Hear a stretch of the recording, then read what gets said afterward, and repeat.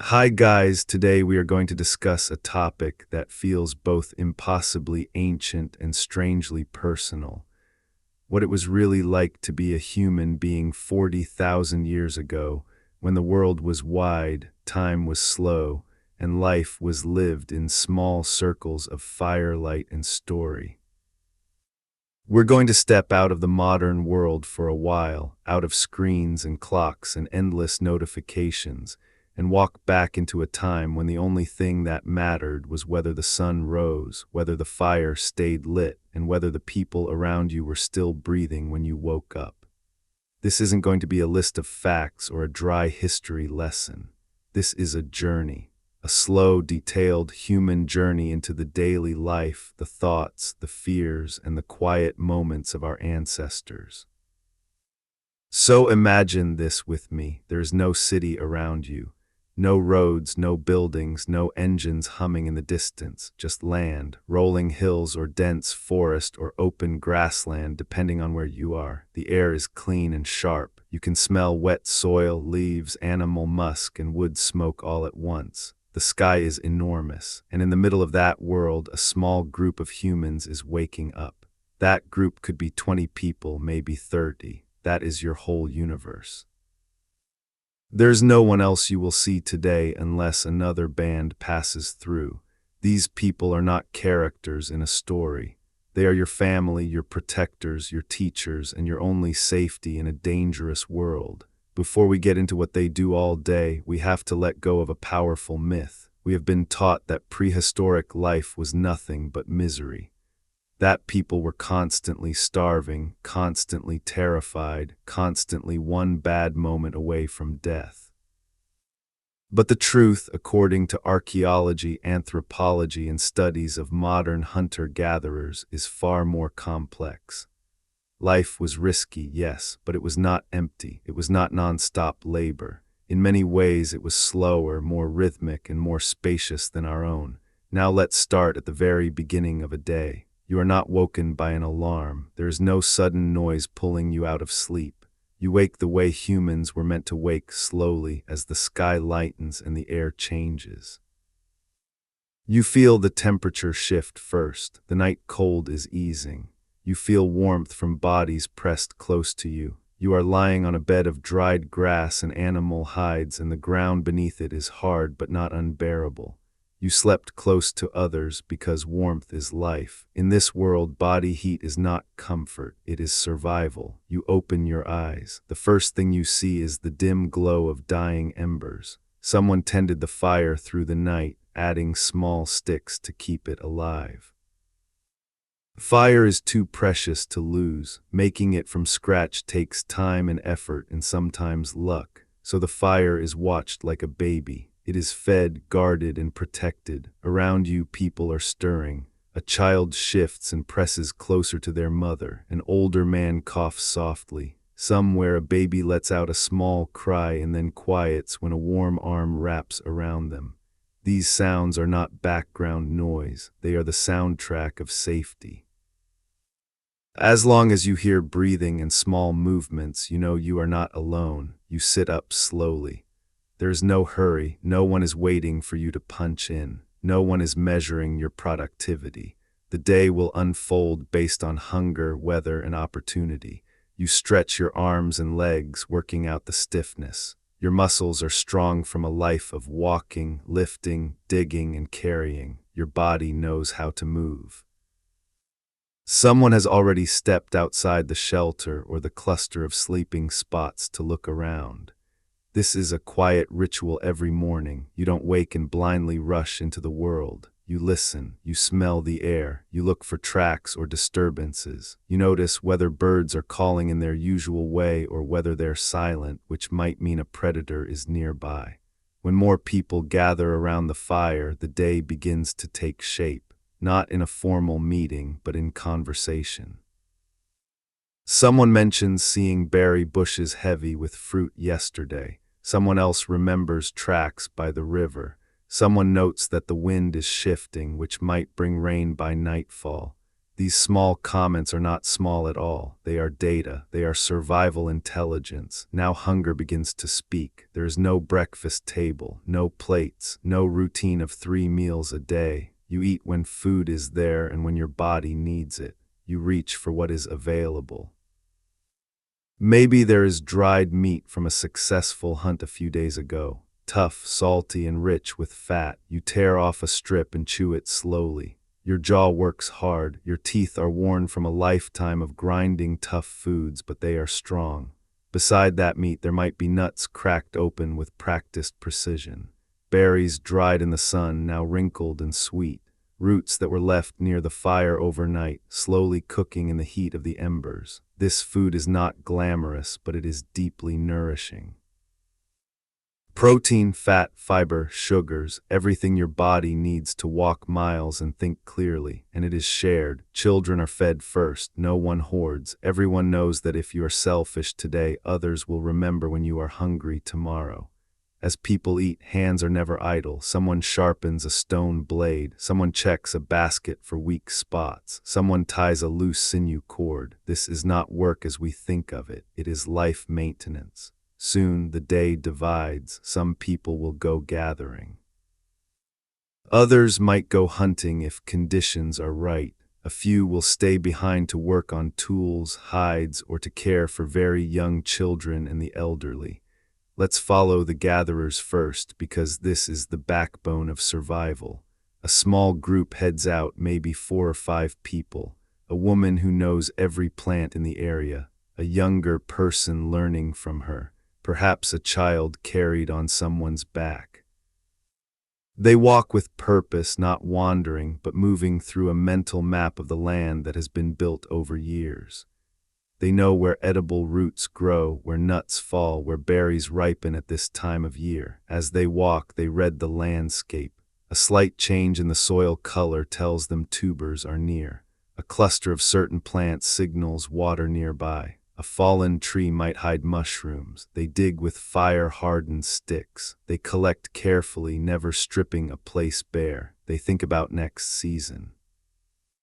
Next year, this is not random foraging. It is applied ecology. It is knowledge passed down through generations. Children learn it not from books, but from walking, touching, tasting, and listening to stories about which plants heal and which kill. By midday, their baskets are heavy. They have enough food for the whole band. They turn back toward camp, tired but satisfied. Now somewhere else on the land, the hunters might be at work. They move quietly, tracking animals by signs you would never notice.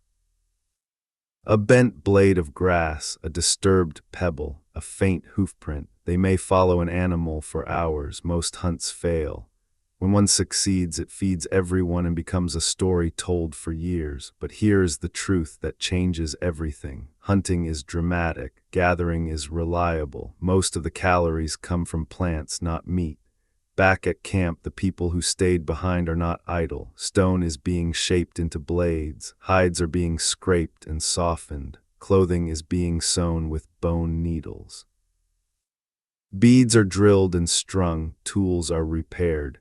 This is a workshop, not a primitive one, but a sophisticated one powered by human hands and attention.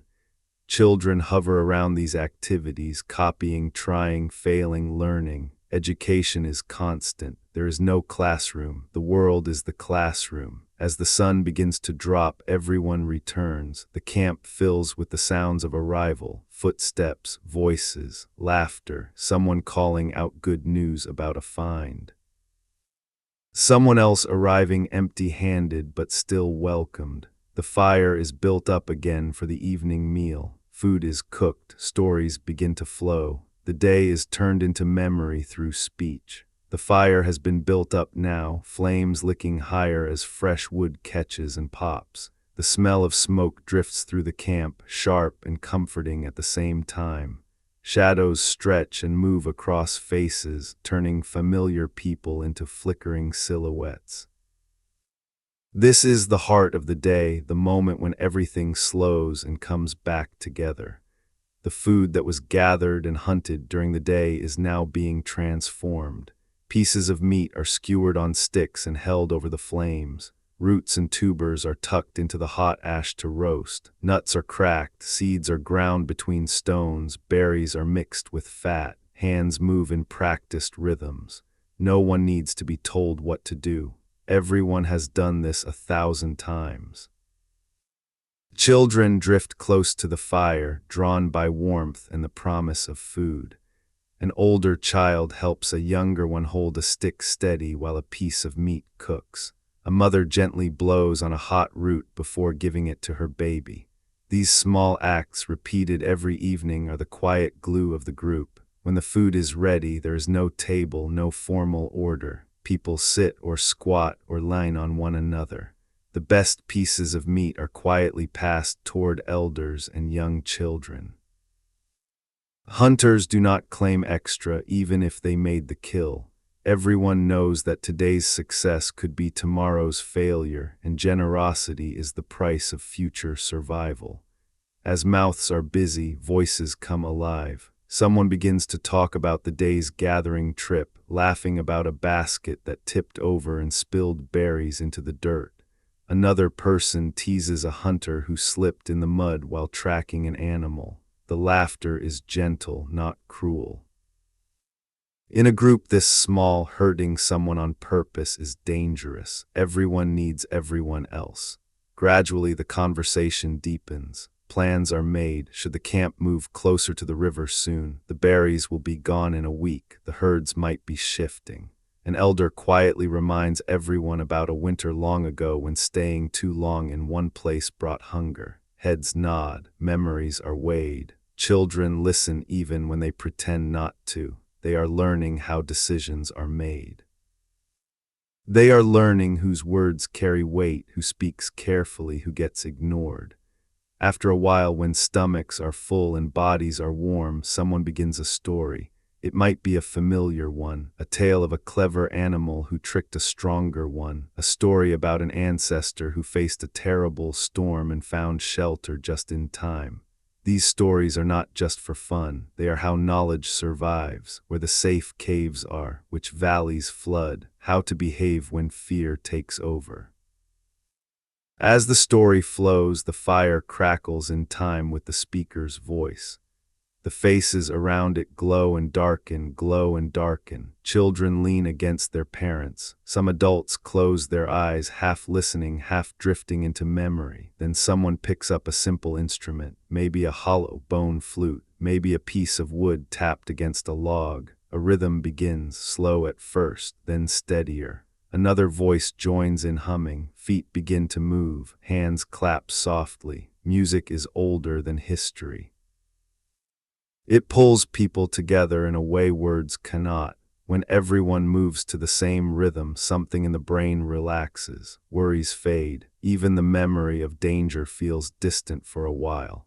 A few people stand and begin to dance, not a performance, just bodies swaying and stepping in time. Children try to copy them, tripping and giggling. The firelight makes everything look unreal, like a dream that breathes. Eventually, the energy settles again. People sit back down. The music softens and stops.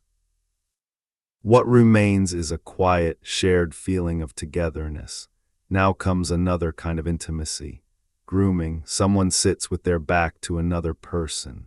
Fingers move through hair, picking out dirt, insects, tangles. It is practical, yes, but also deeply comforting. To be touched this way is to be told you are safe, you are valued. Some people rub red ochre on their skin, drawing simple patterns. A few wear necklaces made of shells or teeth. These are not just decorations, they are identity. They say who you are, who you belong to, where you have been. As the sky outside darkens, the camp's world shrinks to the circle of firelight. Beyond it, the unknown waits. Predators move, the forest shifts. But inside the circle, there is warmth, food, and familiar faces. Someone throws another log on the fire. Sparks rise and vanish into the night.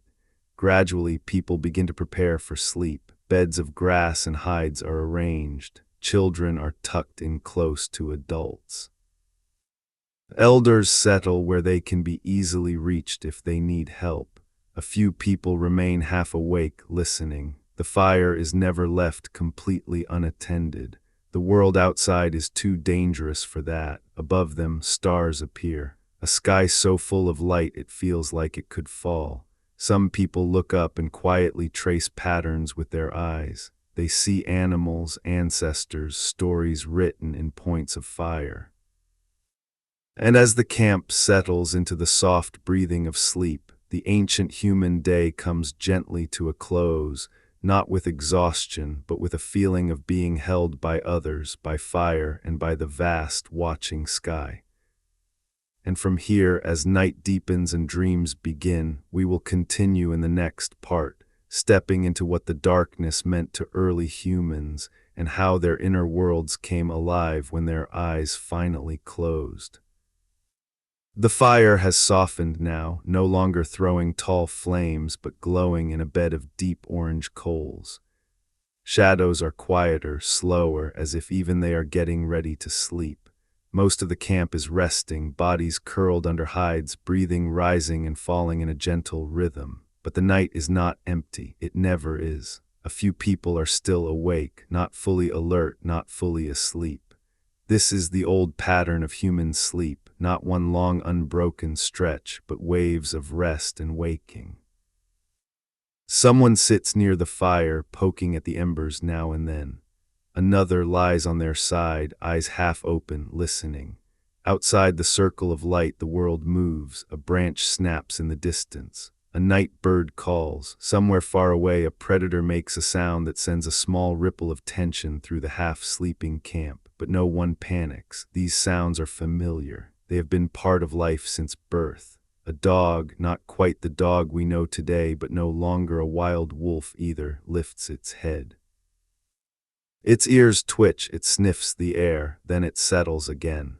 That small movement tells the humans something important. Nothing dangerous is close. In the quiet, minds drift. Dreams in this world are not treated as meaningless. When someone wakes from a vivid dream, it might be talked about in the morning.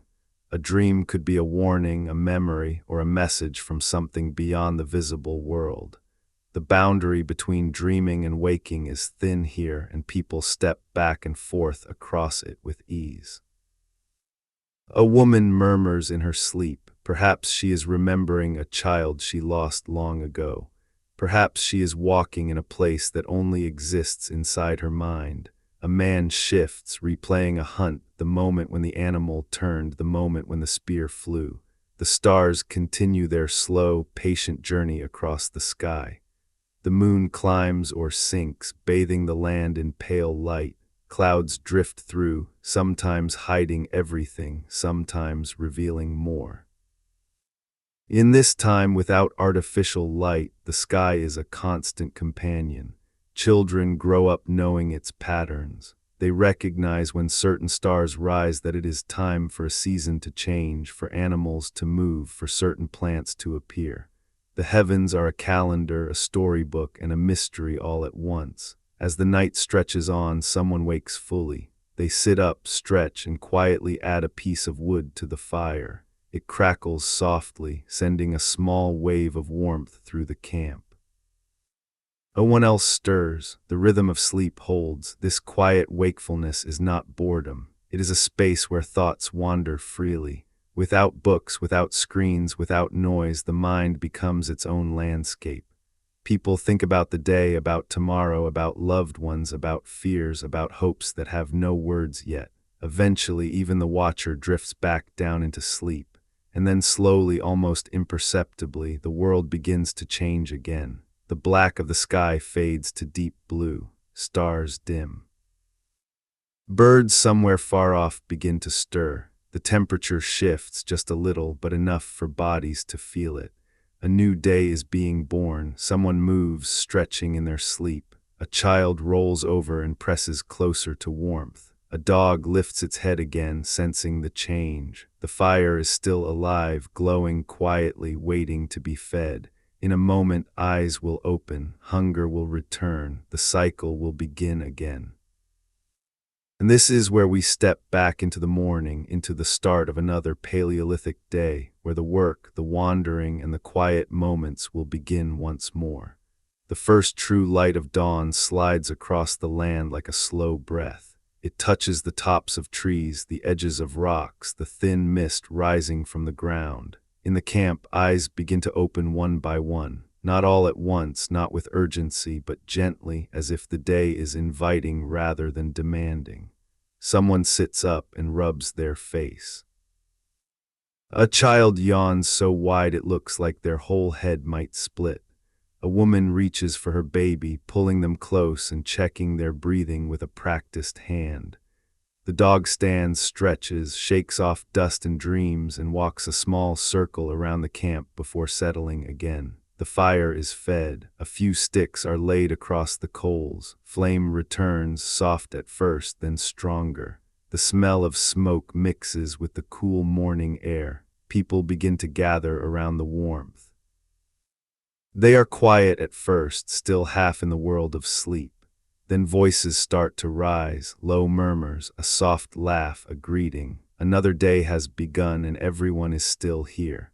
That fact alone is something to feel thankful for, even if no one puts it into words. Hunger appears quickly in the morning, not the gentle hunger of a modern person who skipped breakfast, but the deep, honest hunger of a body that burned through its fuel overnight. People reach for what was saved, a strip of dried meat, a handful of nuts, a roasted root left near the embers. There is no rush. You eat as you talk as you stretch, you prepare your body for movement.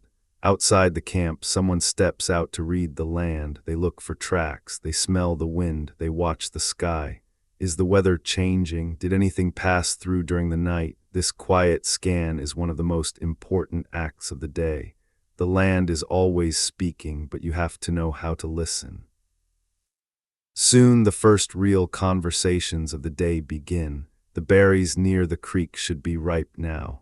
I saw deer tracks yesterday near the ridge. The river looks lower than last week. These simple statements shape what happens next. From them plans grow. A group will go gathering. Another might go hunting if the signs are right. Someone will stay behind to work hides or watch the youngest children. There is no leader giving orders.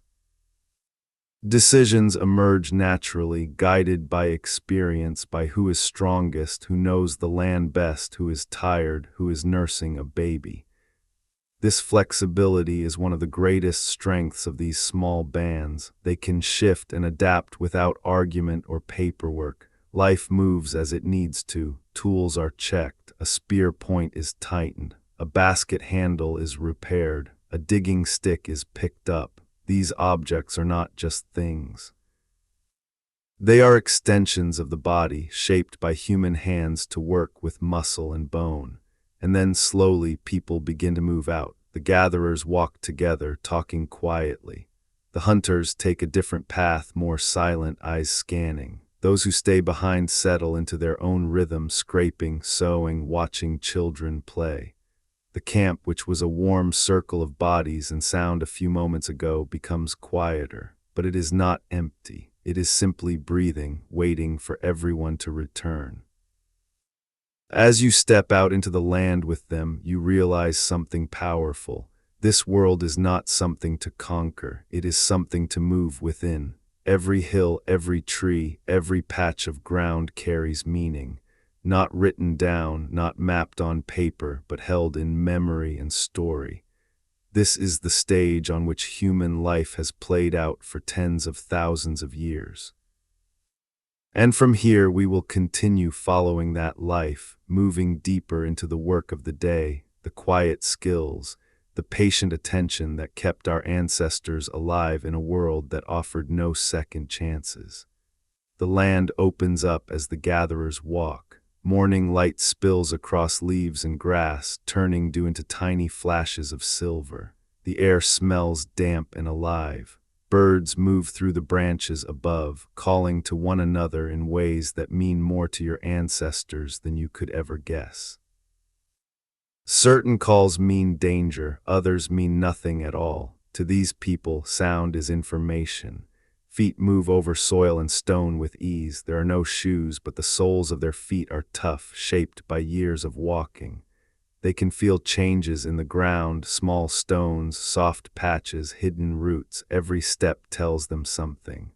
The woman who leads this small group does not carry a map. The map is in her mind. She knows that beyond this bend there is a patch of roots.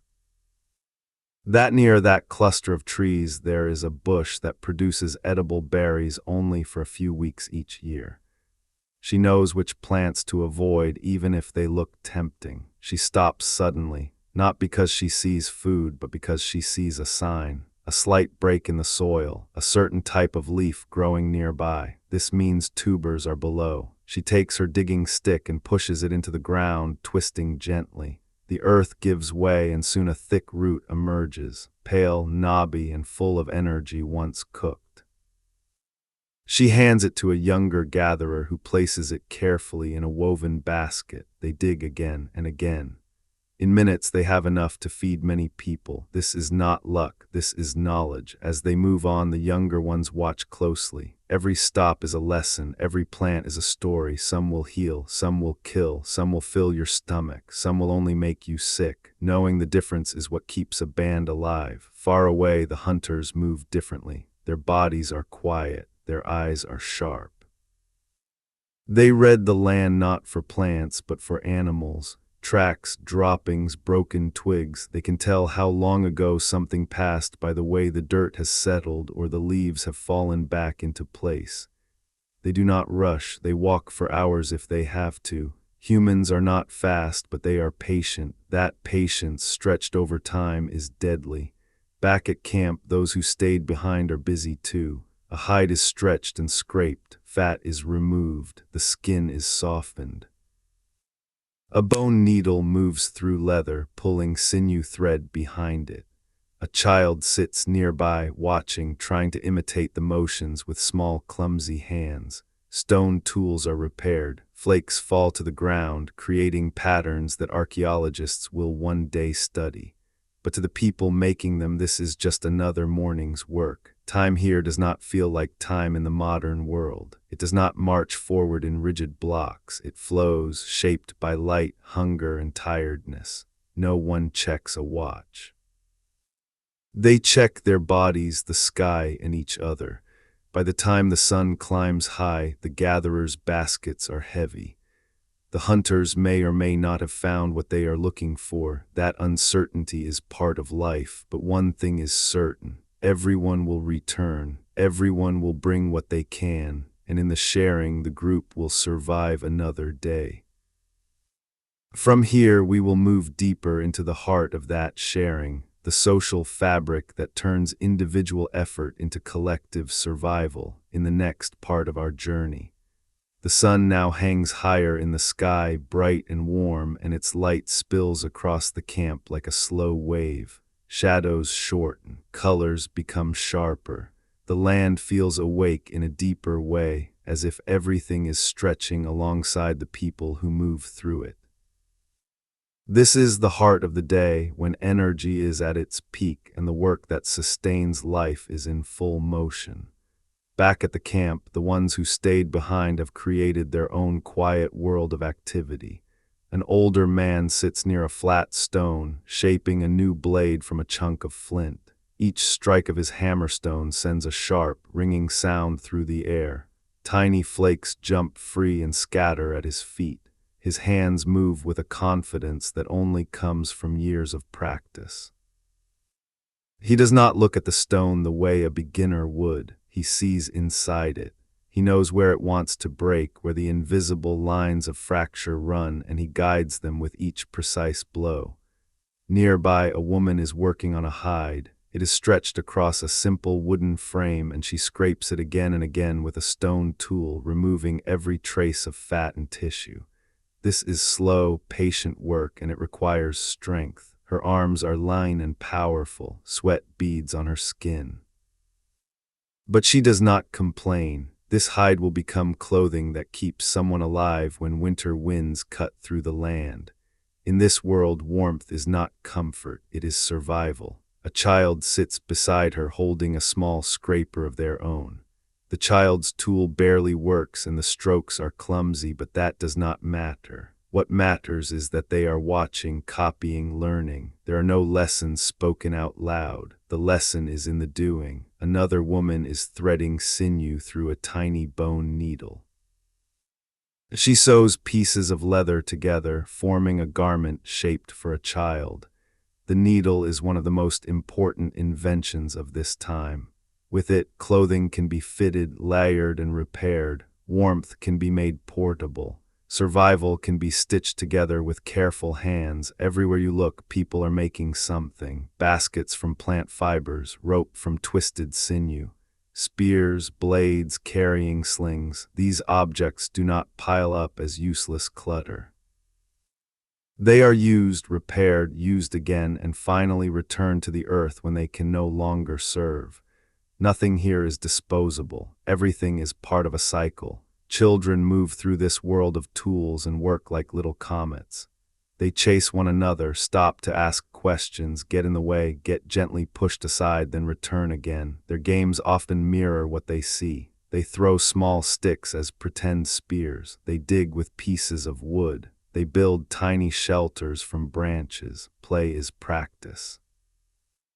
Even laughter is a form of training. Some of the youngest children stay close to adults, tied to their backs or held in their arms. They see everything. The rhythm of the camp becomes the rhythm of their minds. They grow up knowing that people share, that work matters, that fire is life, and that the group is everything.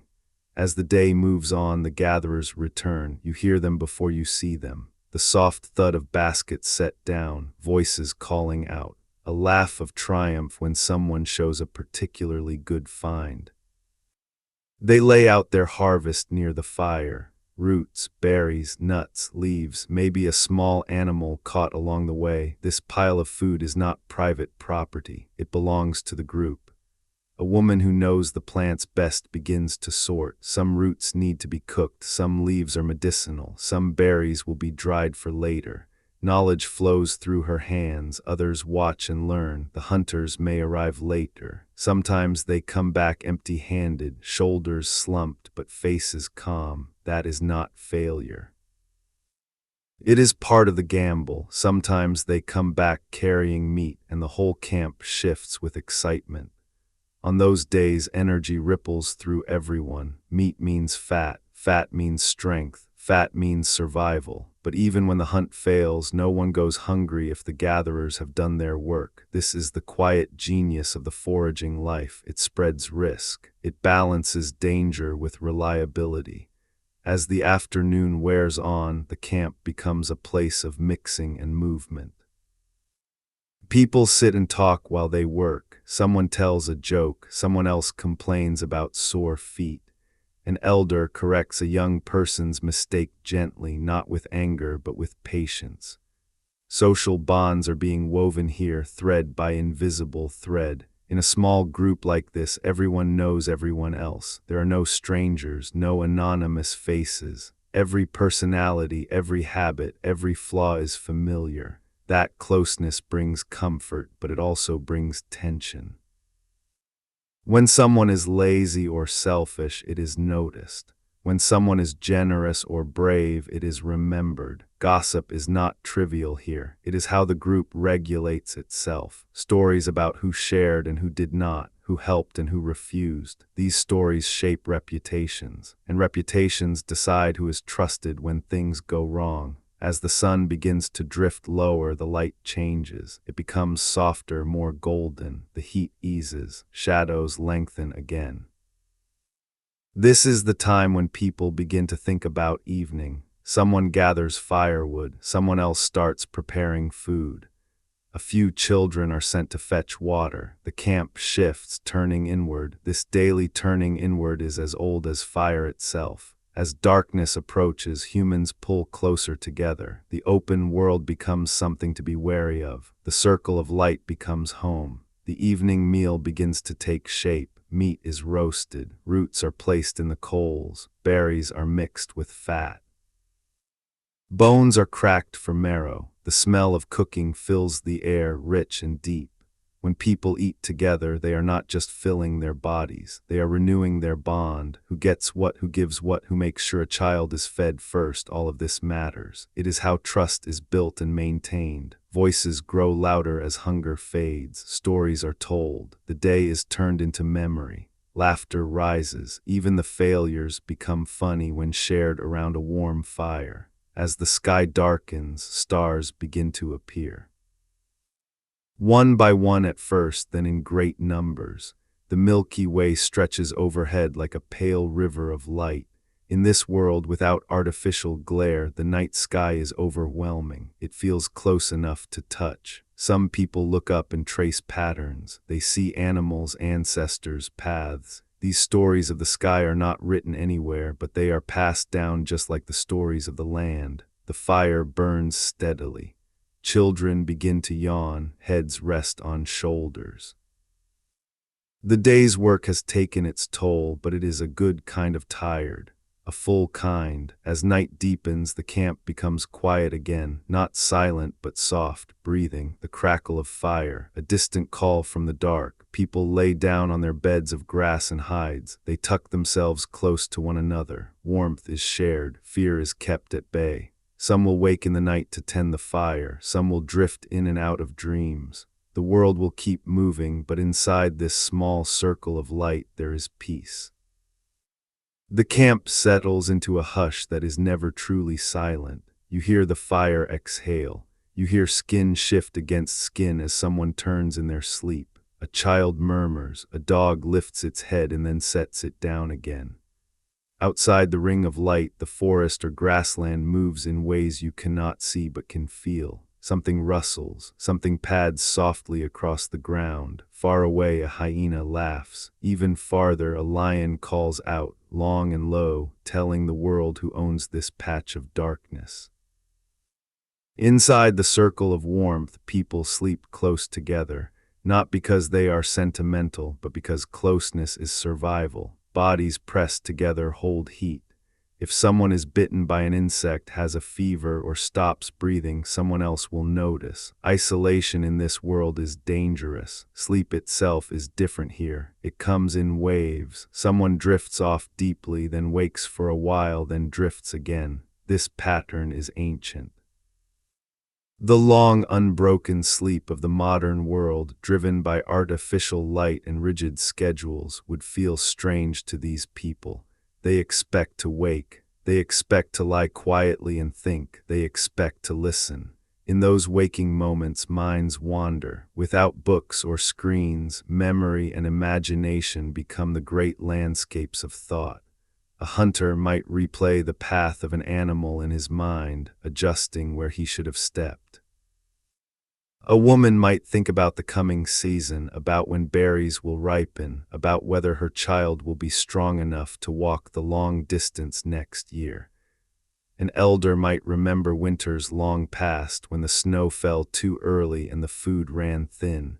Dreams bleed into waking, waking bleeds into dreams. The boundary is soft. If someone wakes from a vivid dream, they might whisper about it to the person beside them. Dreams are not dismissed. They are considered messages, hints, echoes from somewhere beyond the obvious world. The fire is watched. Always, someone half awake adds a stick. Sparks float upward like tiny stars. The light shifts on sleeping faces. This small act, keeping the fire alive, is one of the most important jobs in the camp. Fire is heat. Fire is protection. Fire is the place where food becomes edible. Without it, life would shrink and harden. Outside, the dogs move. These are not pets in the modern sense. They are partners, wolves that have learned to live with humans. They are fed scraps. They are allowed to stay close. In return, they offer early warning, sharp ears, and a willingness to bark or growl at anything that comes too near.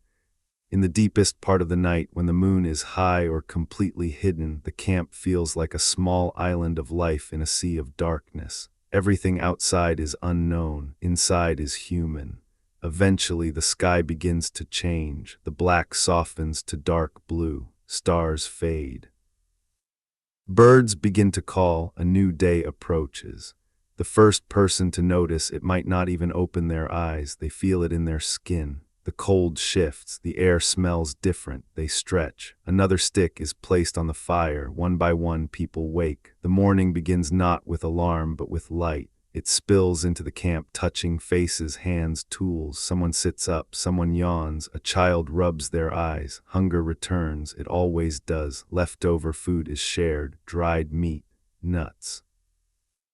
Whatever was saved from last night. People eat quietly at first, then with more energy as their bodies come back to life.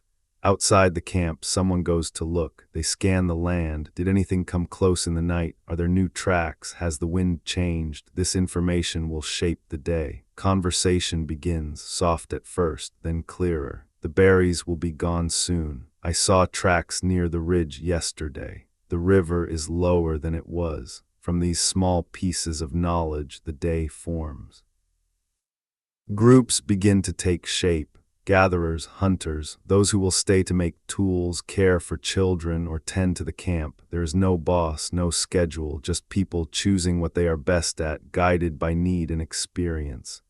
The gatherers head out first, baskets in hand, digging sticks ready. They move through the land like readers through a book, scanning for signs only they know how to interpret. The hunters take a different path, quiet, focused. They do not speak much, they listen. Back at camp, work continues. A hide is soaked, a tool is sharpened, a child is taught how to tie a knot. Time flows. This rhythm of effort and ease, of work and rest, is what has shaped the human body and mind for hundreds of thousands of years. We are built for this. Built to move, then pause. Built to focus, then wander. As the day goes on, people will return. They will bring what they have found. Food will be shared. Stories will be told. The fire will be lit again.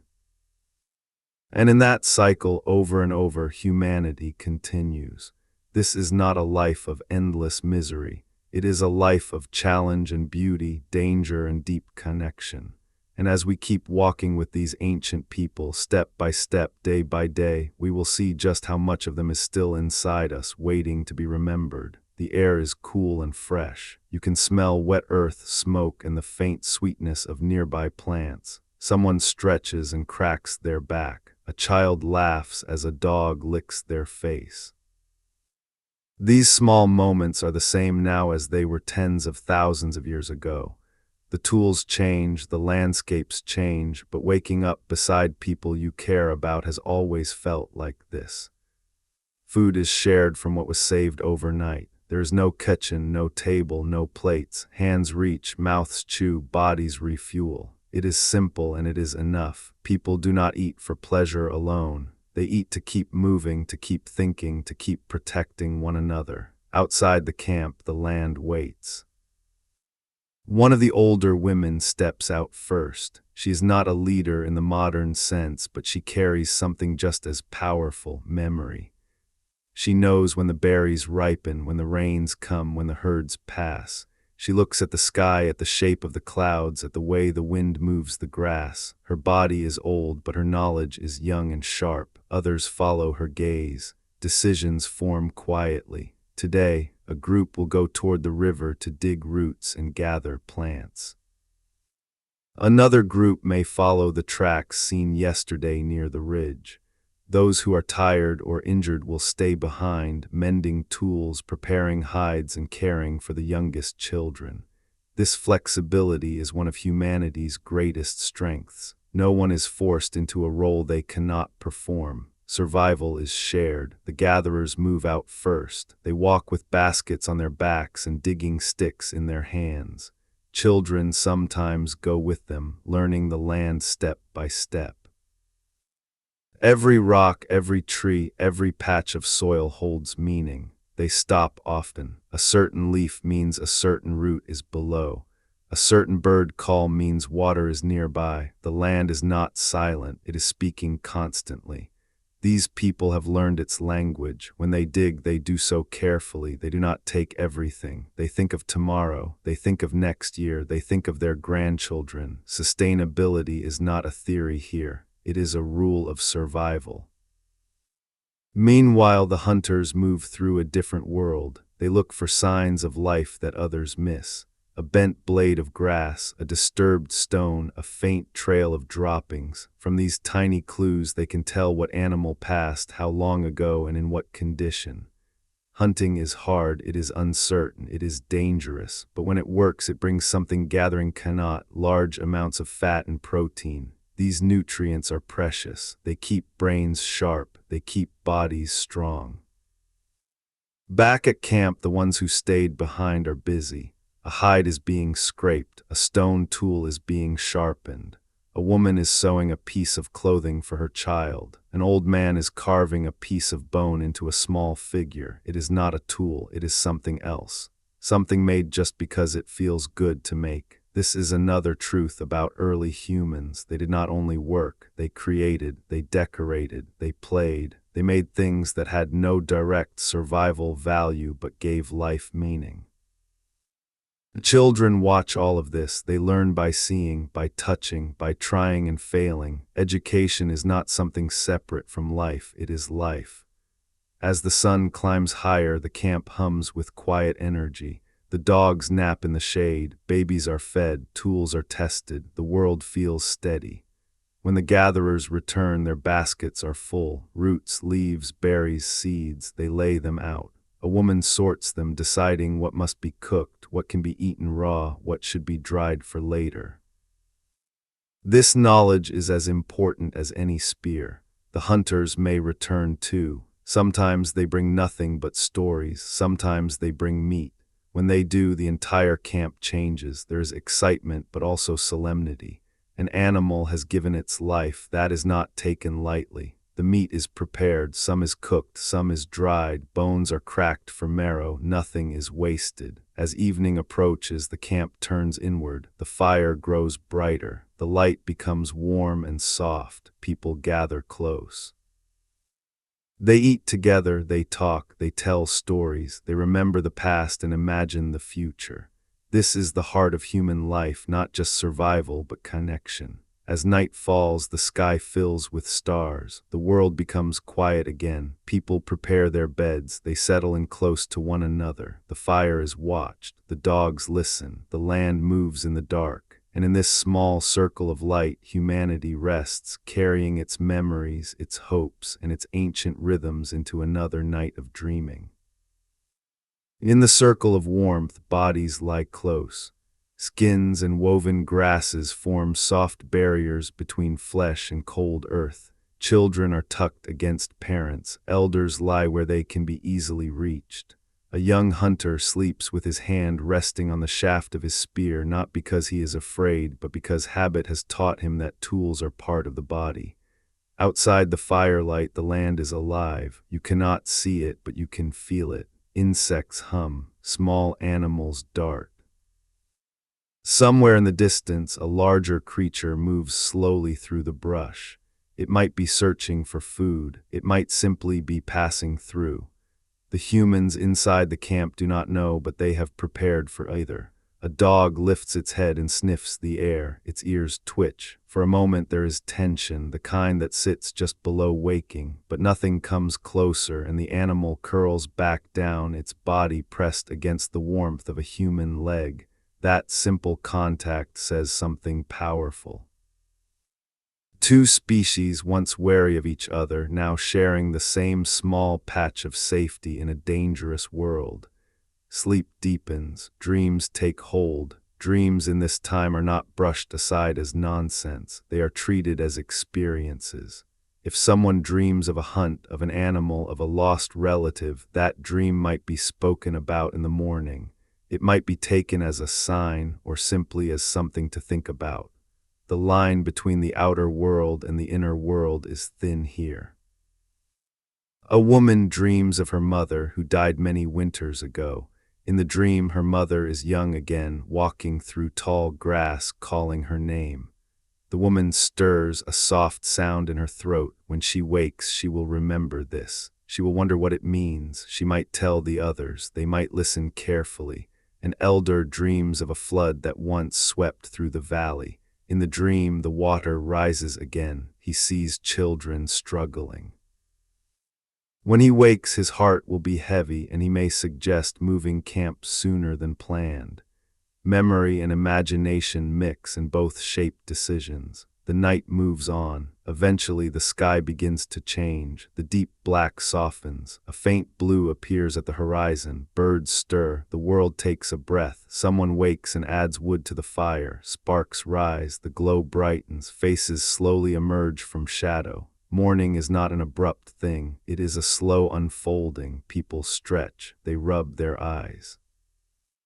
They shift their bodies and feel the ache of yesterday's work. A child sits up and looks around, checking that everyone is still there. This small instinct is ancient. Safety comes from knowing who is near. Food is shared, dried meat, nuts, whatever remains from last night. It is not a feast, but it is enough to get the day started. Outside the camp, someone steps out to read the land. The air smells different today. The wind has shifted. Clouds are gathering far away. This means something. It will affect what the group does. Conversations begin, soft at first, then clearer. The weather may change. The berries won't last much longer. We should check the river today. Plans form, not rigid schedules, but intentions. Once again, groups take shape. Some will go gather, some may hunt, some will stay to work and watch. This cycle, repeated day after day, is what carried humanity through ice ages, droughts, and endless change. As the gatherers move out, they walk with quiet confidence.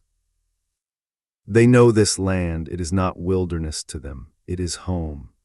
They move through tall grass, across rocky ground, along the edges of streams. They stop to dig, to pick, to taste, to smell. Every sense is engaged. The hunters, if they go, move with focus. Their bodies are tuned to long pursuit. They may walk for hours without speaking, following signs only they can read.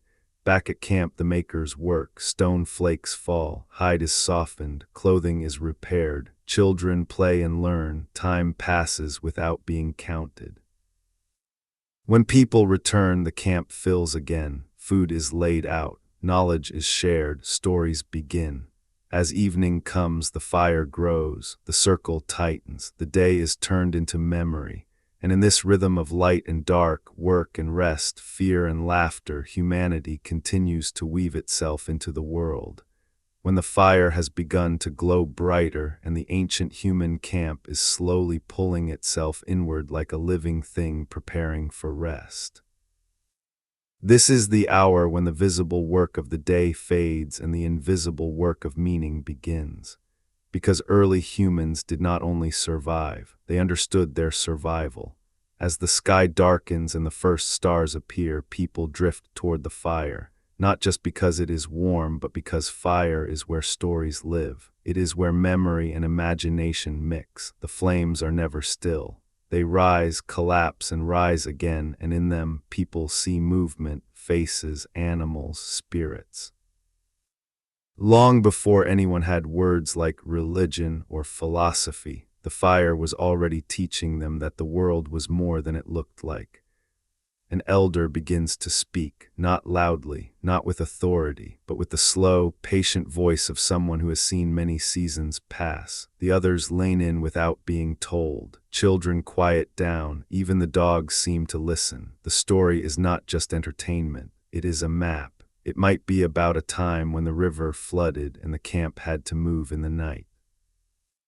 But hidden inside the story is knowledge. Where the high ground is, how fast water can rise, how to recognize the smell of coming rain.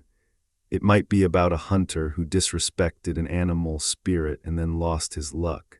Inside that tale is a lesson about humility, about not wasting meat, about honoring the creatures that feed you. This is how Paleolithic people stored information, not in books, not in charts, but in narrative. Stories were libraries, songs were textbooks. Myths were survival manuals written in emotion instead of ink. When someone paints a bison on a cave wall, they are not just drawing. They are remembering, they are preserving, they are reaching into the invisible world of belief and pulling something into stone. Imagine what it took to create those cave paintings. People had to travel deep into the earth, into narrow tunnels where no sunlight ever reached. They had to bring torches, pigments, brushes made of animal hair or moss.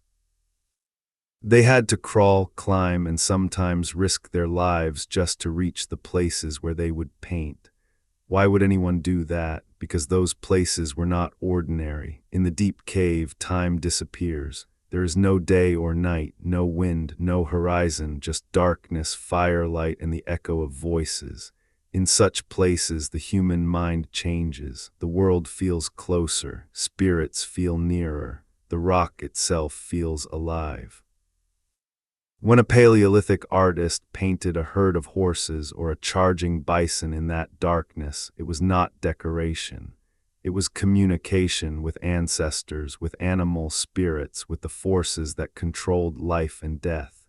These images may have been used to teach hunters. They may have been used to ask for success. They may have been used to apologize for killing. Most likely they were all of these things at once, because in the Paleolithic world nothing was just one thing. A stone was a tool.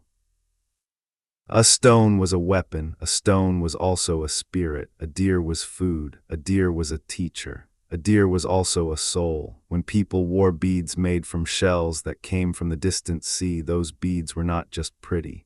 They were stories of travel, trade, connection. They said, I have been far, I am part of something bigger than this camp. Red ochre painted on skin and bones was not just pigment. It was blood, sunset, birth, death, protection. It marked the living. It honored the dead. When someone died, they were not thrown away. They were placed gently in the ground, curled like a sleeping child. Tools were placed beside them, beads, food, sometimes flowers. Why? Because the dead were not gone. They were elsewhere, maybe in the stars, maybe in the animals, maybe in the earth itself, but never simply erased. This belief did something powerful. It made life meaningful even when it was short. When a child died, it was not meaningless. When a hunter was killed, he was not lost. They had gone somewhere, and so grief became bearable. The fire crackles, faces glow. Someone quietly sings a melody older than memory. A drum made of stretched hide begins to beat, slowly at first, then stronger. People begin to move. This is not a performance. This is a ritual. As bodies sway and feet stamp, breath and rhythm synchronize. Fear dissolves. Individual thoughts melt into group feeling. The band becomes one living body. In these moments, Paleolithic humans were not just surviving, they were transcending. They were stepping outside themselves. They were becoming more than hunger, more than danger, more than fear. They were becoming meaning. And when the dancing ends and the fire sinks lower and people lie back down on their beds of grass and fur, they do not feel alone in the universe. They feel held by something older than language, by story, by spirit, by the quiet, glowing heart of humanity. The fire has settled now into a steady, breathing glow. Embers pulse softly beneath a thin skin of ash like a living heart. Faces around it are calmer, eyes reflecting orange light as if each person carries a small flame inside themselves. The ritual has ended, but its feeling still hangs in the air, a quiet warmth that reaches deeper than skin. People begin to lie back down, but sleep does not come immediately. After ceremony, after story and rhythm, the mind stays open. Thoughts feel wider. The world feels layered. A young hunter stares into the coals. He is thinking about the animal he will one day have to kill, not just the act of killing, but what it means. He has been told since childhood that animals are not things, they are persons. They have families, they have memories, they give their bodies so humans can live. And so when he takes a life, he will owe something back, a song, a prayer, a promise not to waste. This is how morality is born, not from laws, but from relationship. Across the fire, an old woman traces patterns in the dirt with a stick. She is remembering a story about how the first fire came into the world, how a clever creature stole it from the sky or from a jealous spirit. Whether that story is true does not matter. What matters is that it teaches something. Fire is powerful, dangerous, sacred. It must be respected. Everything in this world has that double nature. A river gives water and drowns. A plant heals and poisons. An animal feeds and kills. So humans learn to move carefully, to ask before they take, to thank after they use. This way of seeing the world makes even small actions meaningful. When someone gathers roots, they do not rip them from the earth. They twist them free gently. They leave part of the plant so it will grow again. They whisper words that might sound like nonsense but feel like respect. When a child learns to hunt, they are not taught only where to throw the spear. They are taught how to speak to the animal's spirit, how to explain what they are doing, how to apologize. These rituals are not superstition, they are social technology. They keep greed from taking over, they prevent waste, they remind people that survival is borrowed, not owned. As the camp quiets, one by one people drift into sleep, but the beliefs do not sleep. They are woven into every gesture, every story, every decision. And while bodies rest, the invisible world is believed to stay awake. Ancestors walk, animal spirits move, dreams open doors. Somewhere in the camp, a child stirs from a dream and whispers something about a glowing deer or a talking bird. Their mother listens, nods, and smooths their hair. Maybe that dream will become a story one day. Maybe it will become a warning. Maybe it will simply fade, but it is taken seriously. Because in this world, the mind is not separate from the land. Thought is not separate from survival. Dream is not separate from reality. And when morning comes again, because it always does, these beliefs will go with them into the forest, into the hunt, into the gathering of roots and berries. They will shape who is generous, who is brave, who is careful, who is trusted. The light begins to change again. Long before the sun is fully up, long before birds fill the air with sound, the camp senses the shift. It's in the temperature, in the way breath feels in the lungs, in the faint gray glow at the edge of the sky. Another day is being born. People rise slowly, still carrying the residue of dreams. The fire is stirred back to life. A few sticks are placed carefully, coaxing flame from embers. The glow brightens, pushing back the last traces of night. This morning feels different from yesterday. Something in the air has changed. The wind carries the promise of rain. Clouds stack low on the horizon. Those who know the weather best feel it in their bones. These small signs matter. They always have. In this world, missing a change in weather can mean sickness, hunger, or worse. So people talk about it quietly as they eat what little food is left from the night before. Someone suggests the camp may need to move soon, not today, but soon. The land is speaking. While the gatherers prepare to walk out again, something else happens. Two people are arguing. It's quiet at first, but others notice. A man feels that someone took more meat than they should have last night. A woman says he is wrong. Small band, this kind of tension is dangerous. There is nowhere to escape it, so it must be handled carefully. An elder steps in, not with force, but with words. They remind both of them of times when they were helped, of times when food was shared, of winters when everyone nearly starved. The message is gentle but clear. The group comes first. The argument fades, not because someone won, but because the relationship matters more than being right. This is how justice works here. No courts. No prisons, just memory, reputation, and the deep knowledge that survival depends on one another. Children watch this. They learn not just how to dig roots or throw spears, but how to live with other people, how to bend, how to forgive, how to stay part of the circle. The gatherers leave. The hunters may follow later, but for a while the camp remains full. People work, they talk, they care for those who cannot walk far. A woman sits with an elder whose hands shake too much to hold tools anymore. She brings them food, she listens to their stories. This is not charity, it is repayment. One day she too will be old. The sun climbs higher, clouds drift. A light rain begins to fall, soft and gentle. People smile. Rain means water for plants, it means life. Under makeshift shelters and tree branches, people continue their work. Hides are kept dry. Fires are protected. The rain is welcomed, not cursed.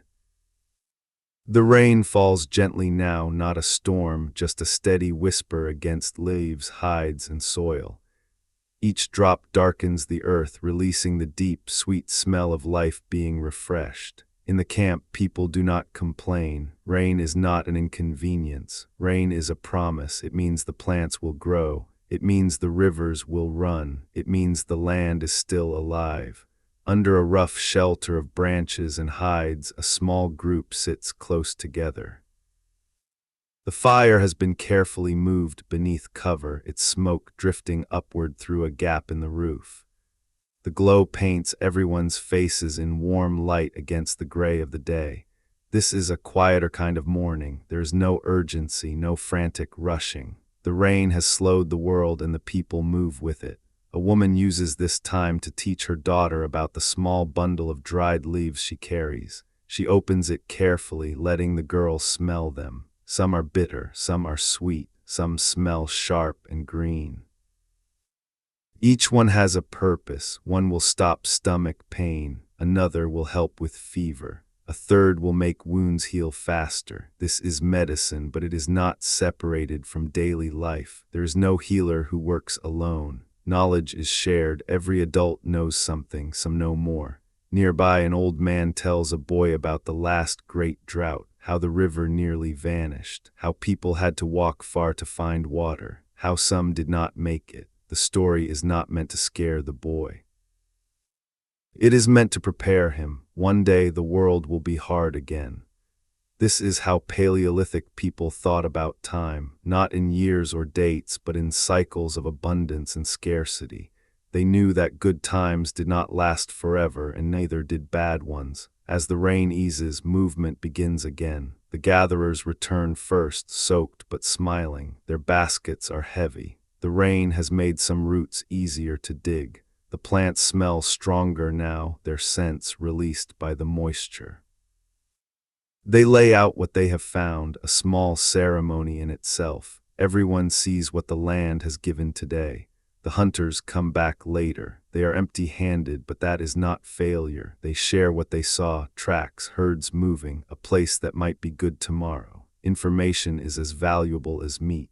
As the day wears on, people drift into their tasks again. Tools are made, clothes are sewn, children play. The rain moves on, leaving the world washed and bright. The sky clears. Sunlight returns, catching droplets on leaves and turning them into tiny mirrors. The land feels new. This kind of weather change is not small to Paleolithic people. It affects everything, where animals move, when plants can be gathered, how easy it is to travel. As evening approaches, the air cools, people gather firewood, they prepare food, the camp draws inward again, and once more as night falls, the fire becomes the center of the world. People eat together, they talk about the rain, about the day, about the animals that passed through, about dreams from the night before. Someone begins to sing, a soft melody that everyone knows. It rises and falls like breath, others join in. The sound is gentle, almost hypnotic. Music in this world is not a performance, it is a shared heartbeat. A child claps in time. A dog tilts its head, confused but curious. Stories follow the songs, tales of ancestors, of spirits, of the land itself. One story tells of how the rain was once a living being who walked the earth and brought water wherever it stepped. Another tells of a great animal that taught humans how to find roots. These stories may not be true in a literal sense, but they are true in a deeper way. They teach people how to live. As the fire burns low, people prepare for sleep. Beds are arranged, hides are pulled close, children are tucked in. The rain clouds have moved on, leaving a sky full of stars. The air is cool and clean. The camp quiets. Somewhere in the distance an animal calls, but it is far away. Inside the circle of firelight, people breathe together. They are tired, but they are safe for now. And as they drift into sleep, carrying the day's work and the night's stories with them, the Paleolithic world continues its slow, patient turning, a rhythm of light and dark, hunger and fullness, fear and wonder that has shaped the human soul for tens of thousands of years. The night settles fully now, wrapping the camp in a blanket of cool air and quiet sound. The fire no longer crackles loudly, it breathes. Red coals glow beneath thin gray ash, sending up small wisps of smoke that drift into the dark. Around it, bodies lie close together, arranged not by accident but by deep patterns of relationship. Children near parents, elders where they can be reached, those who trust one another most pressed side by side. Above them, the sky is wide and heavy with stars. Without city lights, without smoke or glare, the heavens look almost crowded, as if the universe itself is leaning closer to watch. Somewhere a wolf howls, far away, not a threat tonight, just a voice in the dark. Inside the camp, most people are asleep, but not everyone. There is always at least one person awake, not because they were ordered to be, but because human sleep in this world is light and layered. People drift in and out of rest. Someone stirs, pokes the fire, listens to the wind. Someone else wakes from a dream and watches the shadows for a few moments before drifting back down again. This pattern, this gentle rotation of awareness, keeps the group alive. A young woman sits up slightly, eyes half open. She feels something she cannot explain, not danger exactly, just a sense. She listens. The night is full of sound, but nothing is wrong. Still, she stays awake a little longer, just in case. This is instinct shaped by thousands of generations. Eventually, even her eyes close. Dreams begin again. In the Paleolithic world, dreams are not thrown away when morning comes. They are considered messages, echoes, or sometimes journeys. If you dream of water, it might mean rain is coming. If you dream of a dead relative, it might mean they have something to say. If you dream of an animal, it might be a sign. Whether these beliefs are literally true does not matter. What matters is that dreams give people another way to think about their lives, another layer of meaning. Child dreams of flying above the forest. A hunter dreams of missing a spear throw. An elder dreams of a valley long gone. Each of these dreams will shape how they feel tomorrow. Slowly, imperceptibly, the sky begins to pale again. Another dawn. The camp wakes like a living thing, not all at once, but in ripples. A baby stirs, a mother moves, a fire is fed, someone coughs, the day returns, food is eaten. Plans are made. Today a decision must be taken. The rain and the shifting wind have changed the land. The animals may be moving, the plants will soon change too. A meeting forms naturally around the fire. Not everyone speaks, but everyone listens. An elder explains that the river will rise, that the low ground will flood, that it would be wise to move camp within a few days. Others nod. Some add small details, where the higher ground is, where water can still be found. There is no vote, no formal command. Consensus grows like a feeling. They will move soon. This is how Paleolithic people live, always ready to move, always watching the land, always flexible. The idea of permanent homes does not exist yet. The world is not owned, it is visited. As the day unfolds, people begin to prepare, not by packing boxes, but by thinking which tools must come, which hides, which foods should be dried and carried. Nothing is wasted, nothing is forgotten. Children are told that a journey is coming. They are excited. Movement means new places, new games, new stories. The gatherers go out one more time to collect what they can before the move. The hunters keep watch for herds that might cross their path. Back in camp, those who remain prepare bundles. They tie tools into hides. They sort beads and ornaments. Even sacred objects will travel. Nothing stays behind. This movement, repeated thousands of times across generations, is how humans spread across the world. Not in one great migration, but in countless small decisions like this, shaped by weather, animals, and intuition. By late afternoon, everything is ready. The camp looks smaller now, simpler. Things have been gathered into tight clusters. The fire burns one last time here, not because this place is special, but because fire must always be taken forward. As evening falls, people sit close again. They eat, they talk, they remember this place. Maybe someone marks a stone. Maybe someone tells a story about what happened here.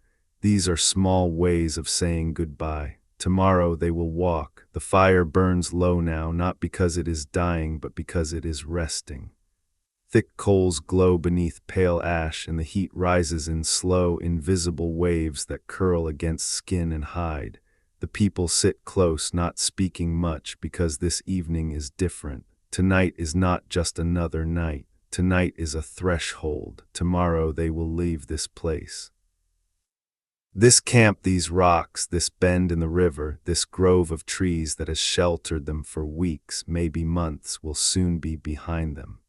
And even though nothing here is owned in the way modern people understand ownership, even though they could return one day if the land allows, there is still a feeling of goodbye. Humans have always formed bonds with places. A child remembers where they learned to walk. A hunter remembers where he made his first kill. An elder remembers where someone was buried. These memories live in the land, not in words, so the people are quieter tonight. They eat, but not hurriedly. They speak, but softly. Some stare into the fire. Some watch the river glimmer beyond the trees. They are letting this place settle into memory. One woman rises and takes a small piece of red ochre. She kneels by a smooth rock near the fire and makes a mark, a simple line, maybe a spiral. No one knows exactly what it means, not even her, but she knows it matters. It says, "We were here." This is how humans leave footprints that do not wash away with rain. A child asks why they have to go. An elder explains that the land changes, that animals move, that plants grow and die, that if you stay too long you take too much, that the land must be allowed to breathe. The child does not fully understand, but they feel the truth in the elder's voice. Later, as the fire dims further, someone begins to tell a story. Not one of heroes or spirits this time, but a story of the band itself.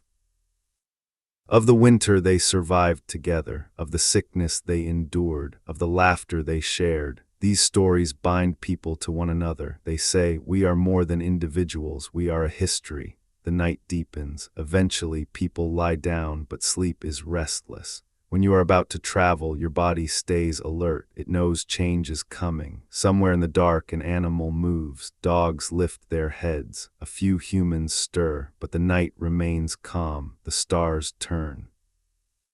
Morning arrives with a pale, silver light. The camp wakes early. There is no lingering today. Everyone feels the pull of movement. Food is eaten quickly. Hides are rolled. Bundles are lifted. The fire is the last thing. An elder takes a glowing coal and a thick piece of bark. They shield it from the wind. This is the heart of the camp. Without it, they would be starting from nothing. The group begins to walk. Children carry small things. Adults carry heavy loads. Elders walk slowly, supported by others. Dogs weave around legs. No one looks back at first. They walk in silence, letting the old place fade. After a while, someone does turn and glance behind them just for a moment. The river glints. The rocks sit quietly. The mark of ochre remains. Then they face forward again. The land ahead is unknown, but this is not fear. This is normal. They walk through forests, across open plains, along water. They follow paths that are not visible but are remembered. Paths made by animals, by ancestors, by seasons. As they travel, they keep gathering, a berry here, a root there. Movement does not stop life, it simply reshapes it. They stop when needed, rest when tired, drink when thirsty. This is how humans crossed continents, not with armies, not with maps, but with feet, memory, and shared purpose. By midday, they reach a high ridge. From here, the land spreads out below them. Valleys, trees, a winding river. An elder smiles. This place is good. They descend carefully. A new camp will form soon. By late afternoon, the fire is burning again. Food is prepared. People sit down. It feels strange, familiar and unfamiliar at once. Children run, already exploring. Hunters look at the land, reading it. Gatherers note plants. The world is wide, but the circle of fire is small, and that is enough.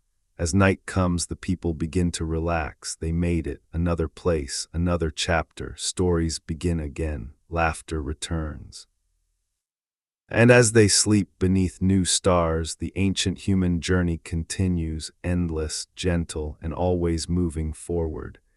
The new camp breathes quietly as the fire settles into its first long burn. The land here is unfamiliar but not hostile. Trees stand in loose clusters, their leaves whispering softly in the night wind. A river curves nearby, reflecting broken pieces of moonlight. Somewhere, insects hum in layered rhythm. The people have chosen this place carefully, even if the decision was guided more by instinct than by words. They have learned to trust the land and, just as importantly, to trust one another. A new camp always feels strange at first. The old one had grooves in the ground where feet always walked, smooth stones worn by sitting, memories embedded in every corner. Here, everything is clean and untouched, but by morning the soil will already know their steps. By nightfall tomorrow, stories will have attached themselves to this place too. As people settle down, the routines that define them quietly reassemble. Hides are spread in familiar arrangements. Tools are placed where hands can reach them even in the dark. The fire is banked just so to last until morning. These are not conscious acts. They are habits woven into the body. A woman checks on a small child, making sure their head rests on something soft. An old man leans against a log, letting his tired legs relax. A young hunter stares into the flames, thinking about tomorrow's terrain. The group may be small, but it contains an entire society. And inside that society, something very important is always happening: language. They do not think of it as language. It is just how they think together, how they coordinate, how they pass memory from one mind to another. Their words are rich, filled with subtle meaning. A single term might describe not just deer, but deer moving uphill in early winter when fat is thick. Another word might mean not just river, but river that floods suddenly when snow melts far away. Language here is not abstract, it is tied directly to survival. A child listens as an elder speaks about this valley. They describe how fog gathers here in the mornings, how animals tend to move when the wind blows from a certain direction. These are not lectures. They are stories, casual and relaxed, but they shape the child's brain. Over years, these small pieces of knowledge build into a mental map more detailed than any modern GPS. And language does something else too. It allows people to imagine. Someone tells a story about a trickster animal who fooled a great spirit and brought fire to humans. Everyone laughs, but inside that laughter is a powerful idea. Humans are clever. Humans can change the world. This belief matters. It gives people courage. It tells them that even when they are small and weak compared to storms, predators, and mountains, they still have power. Language also allows love. Partners whisper to one another in the dark, words that would sound ordinary to outsiders, but that carry deep feeling here. Promises, jokes, memories, hopes. Children are soothed with soft phrases that have been used for thousands of years. The tone matters more than the meaning. Safety lives in sound. Even conflict is shaped by language. When someone is angry, they do not usually shout. They use teasing, sarcasm, indirect remarks. This keeps things from exploding. It gives everyone a way to step back. Over generations, these patterns become culture. No one planned them. They evolved because they worked. The night deepens. The camp grows quiet, but the stories and words continue to echo in sleeping minds. Dreams come. In those dreams, people see animals that speak, rivers that move like snakes, dead relatives who give advice. These images are not dismissed when morning comes. They are woven into the understanding of the world. A hunter might decide not to go to a certain valley because he dreamed of danger there. A mother might protect her child more closely because of a vision she had. From the outside, this might look irrational, but in a world where information is limited and danger is everywhere, intuition and imagination become tools. Morning returns, the new camp wakes. People step out into the fresh air, stretching, scanning the horizon. The land feels different here. The smells are new, the sounds are unfamiliar. This is exciting. Gatherers move out to explore. Hunters follow tracks. Children chase insects. Back in camp, the work begins again. Tools are sharpened. Fires are fed. Life continues. And slowly, over days and weeks, this place will become part of the band's identity. They will remember it as the place near the curved river or the valley where the big storm came. It will join a chain of remembered landscapes stretching back to their ancestors. This is how human history was written, not in books, but in footsteps, stories, and shared experience. As long as people keep walking, keep talking, keep remembering, humanity moves forward. The camp is no longer new. After only a few days, the ground has begun to show signs of human presence. A faint circle where people gather around the fire, flattened grass where bodies sleep, bits of flint and bone scattered where tools are made. The land is starting to remember them, and in return the people are beginning to remember the land. A hunter learns where the deer pass at dawn. A gatherer notices which plants thrive in the shade of the trees. Children discover which rocks make the best places to sit and watch ants. Slowly, quietly, this valley becomes part of who they are. This process is one of the most important forces in human history, familiarity. When a place becomes familiar, fear fades. You begin to know where danger hides and where safety waits. You learn how the wind moves. You notice patterns in the animals. The land stops being unknown and starts being home, and home changes everything. When people feel at home, they invest more. They build better shelters. They make better tools. They tell more stories. They imagine a future here. Even though they know they will one day move on, there is always a small hope that maybe this place will last. In the mornings, the camp wakes to the sound of birds and flowing water. Fires are rekindled. The smell of smoke and damp earth mixes in the air. People greet one another with nods and quiet words. Children run to the river to splash. Dogs follow. Laughter carries across the clearing. Hunters prepare to leave. They sharpen spears. They test spear throwers. They talk quietly about tracks they saw yesterday.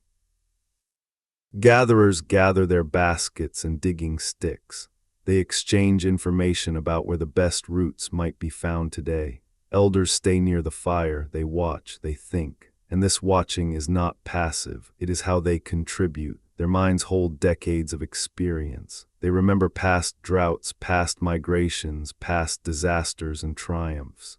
When a young hunter boasts about a plan that sounds too risky, an elder might gently remind him of a time when a similar idea led to disaster. The lesson is not delivered harshly. It is offered as a story, but the meaning is clear. This is how wisdom survives. Time in this camp is measured not by clocks but by change. When the leaves begin to yellow, when the river swells, when the animals grow fat or thin. These are the markers that matter. As days turn into weeks, small social dramas unfold. A couple grows closer. Another pair grows distant. Someone feels overlooked. Someone feels proud. These emotions are not trivial. In a group this small, feelings shape survival. If people stop trusting each other, everything breaks. So the culture has ways of smoothing things out, joking, storytelling, shared meals, rituals. One evening after a successful hunt, the group holds a small celebration. Meat is roasted. Fat drips into the fire, making it flare. People laugh. They eat more than usual. This feast is not wasteful. It is social glue. It reminds everyone that good fortune is shared. Later, someone begins to dance.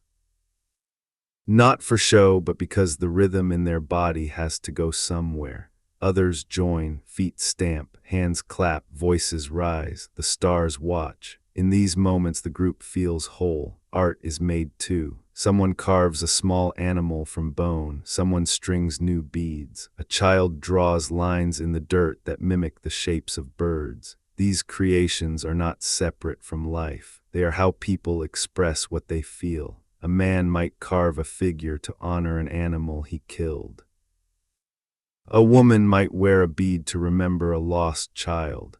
A hunter might paint a symbol on his spear for luck. Everything is connected. Even death, when it comes, is part of this web. One day an elder does not wake up. The camp grows quiet. People gather around. They touch his face. They feel the stillness. There is sadness, but also acceptance. He lived long. He taught many. They prepare his body. They paint it with ochre. They place his favorite tool beside him. They speak his name.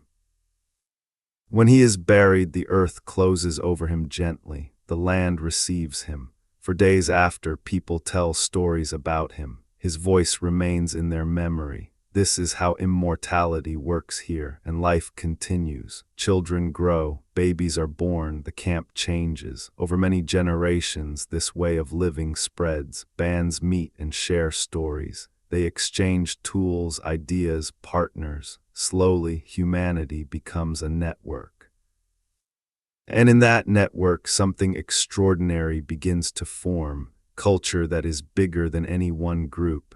From these small fires, from these quiet evenings and careful mornings, everything that we now call civilization will one day rise. The valley has fully accepted them now.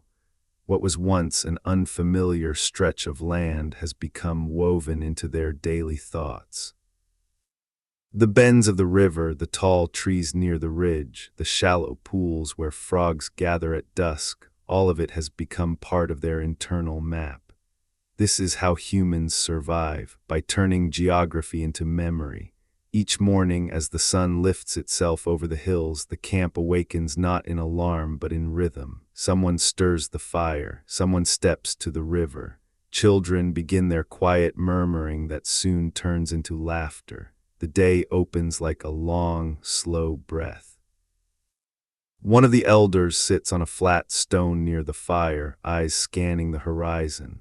He is not just watching for danger, he is listening to the land. He notices how the birds fly. He smells the wind, he feels the temperature on his skin. All of these are messages. In the Paleolithic world, information is everywhere if you know how to read it. A change in bird calls might mean a predator is moving nearby. A sudden silence might mean something larger has arrived. The way clouds pile up on the horizon might mean rain in a few hours or a few days. Modern humans look at weather reports. Paleolithic humans looked at the sky. This knowledge is not written down. It lives in the minds of elders, passed slowly through story and experience. When a young hunter asks why the group does not camp too close to the river, the elder tells him about a flood from decades ago. The boy may not remember the flood itself, but he will remember the story. That memory may one day save his life. The gatherers move out again, baskets swinging at their sides. They walk with a relaxed confidence, knowing where to go, but they are not careless. The land always has surprises. A young woman kneels to dig for roots. As she pushes her stick into the soil, she notices a change in texture, a slight resistance. She stops, looks closer. There is a snake coiled beneath the dirt. She slowly pulls back. No panic, just awareness. This kind of attention is what keeps people alive. Later, as they collect berries, one of the children reaches for a bright red fruit. An older woman gently moves the child's hand away. That one is dangerous. It looks sweet, but it will make you sick. She explains how to tell the difference. The shape of the leaves, the smell of the stem, these lessons are constant. Back at camp, a group is working on tools. A man strikes flint carefully, producing a thin blade.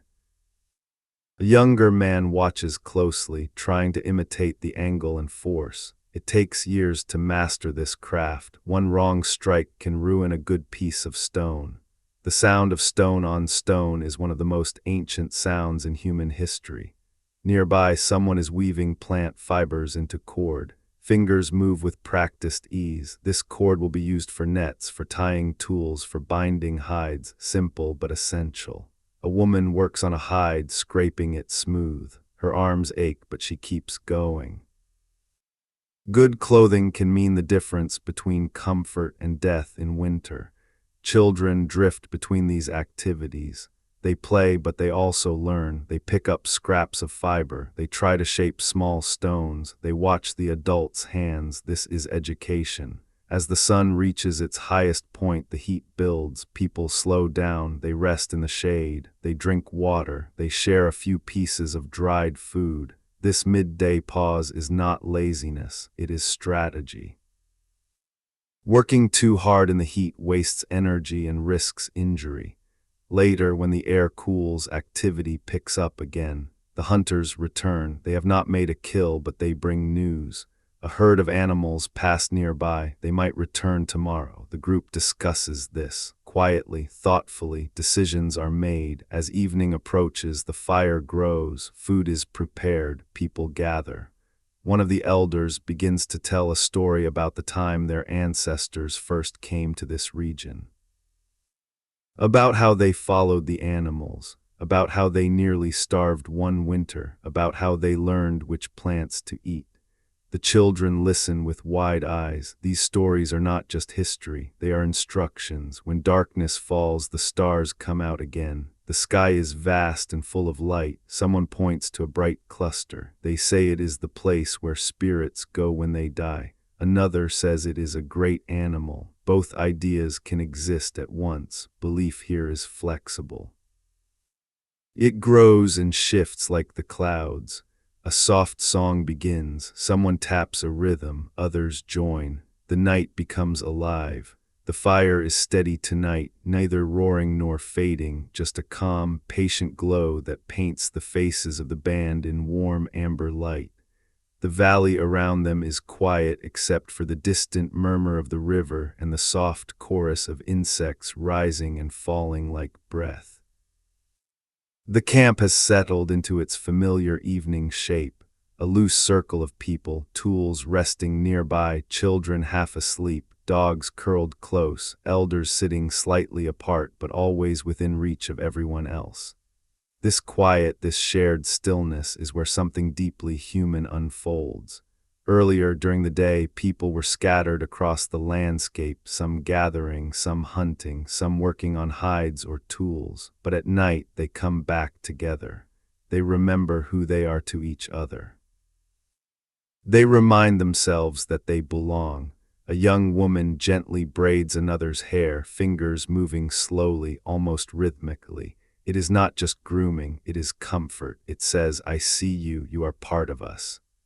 A child leans against her father, watching the fire, feeling the warmth seep into his bones. An old man listens to the river and thinks about the many rivers he has known in his long life. Somewhere, someone begins to hum. At first, it is barely noticeable. Just a low tone, rising and falling like wind through tall grass. Then another voice joins, then another. Slowly the camp fills with sound. This is not a song that was written. It has no fixed beginning or end. It changes with every voice that enters. It is older than memory. The rhythm grows. Someone taps a stick against a log. Someone else claps softly. Feet begin to move. Bodies sway. The fire flickers, casting long shadows that dance along with the people. In this moment there is no fear, no tomorrow, there is only now. Music and movement do something extraordinary to the human mind. They quiet the parts that worry and calculate. They open the parts that feel and imagine. For a while, everyone is inside the same rhythm, breathing together, feeling together. This shared state is powerful. It binds the group more tightly than any rule or law ever could. After a while, the movement slows, the voices soften, the music fades back into the quiet, people sit again. An elder clears her throat and begins to speak. She tells a story about a great animal that once walked these lands, larger than any now alive, a creature of immense strength and wisdom. In the story, the animal teaches humans how to survive by watching carefully, by waiting, by respecting the land. The children listen wide-eyed. They have never seen such a creature, but they can feel its presence through the story. Is it real? Is it myth? The distinction does not matter. What matters is what it teaches. Stories in this world are not just entertainment. They are maps for living. Another person adds to the tale, telling how the animal eventually went away, leaving humans to fend for themselves. This explains why the world is difficult now, why people must work, why they must cooperate. The story becomes a way to explain suffering without despair. As the tale ends, silence falls, not an empty silence, but a full one. People think about what they have heard, about their own lives, about the land. Slowly, one by one, they begin to prepare for sleep. Beds of grass and hides are arranged. Children are tucked in. Fires are banked, but sleep does not come instantly. Some people stare up at the stars. They trace patterns with their eyes. They imagine animals, ancestors, paths. Others close their eyes and let thoughts drift. The camp is quiet, but the world is not. Somewhere a bird calls, somewhere a branch cracks, somewhere water moves over stone. The people are not afraid of these sounds. They are familiar, they are part of the night. A young man lies awake, thinking about the woman he cares for. He wonders if she feels the same. He hopes, he dreams. A mother lies awake, listening to her child breathe. She counts the breaths without knowing she is doing it. This is love. An elder lies awake, remembering those who are gone. He smiles at their memory. This is grief softened by time. Eventually, sleep claims them all, and in their dreams, the Paleolithic world continues. Some dream of animals, some of rivers, some of flying through the sky. These dreams will shape tomorrow. When morning comes, the camp wakes again. The cycle begins once more. People rise, they stretch, they feed the fire, they eat. The land waits. The fire is almost gone now, just a soft bed of glowing embers breathing gently in the darkness. The people are asleep, children curled against their parents, elders resting with faces turned toward the warmth, dogs lying close, ears twitching at every sound.